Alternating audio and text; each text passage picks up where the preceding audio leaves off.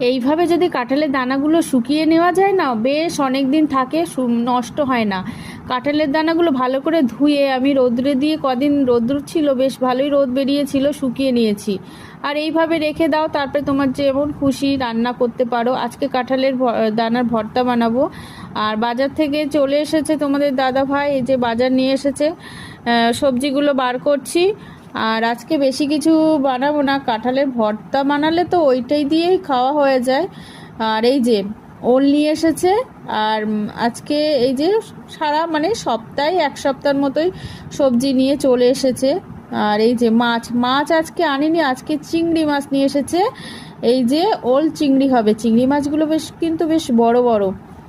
চলো তাহলে তাহলে আজকে দুপুরে কি মেনু হচ্ছে জানতে ইচ্ছা হচ্ছে তোমাদের বন্ধুরা? চলো তাহলে। এই যে চলে এসেছি ডাইনিং টেবিলে। প্রত্যেক দিনের মতো এই যে পেঁপে সিদ্ধ আমাদের দেওয়া হয় দুপুরের মেনুতে, এটা তো থাকবেই। ওল চিংড়ি আর কাঁঠালের দানার ভর্তা। চলো তাহলে, আমার এই ভিডিওটা তোমাদের কেমন লেগেছে অবশ্যই কমেন্ট করবে। তোমরা ভালো থেকো, সুস্থ থেকো, টাটা।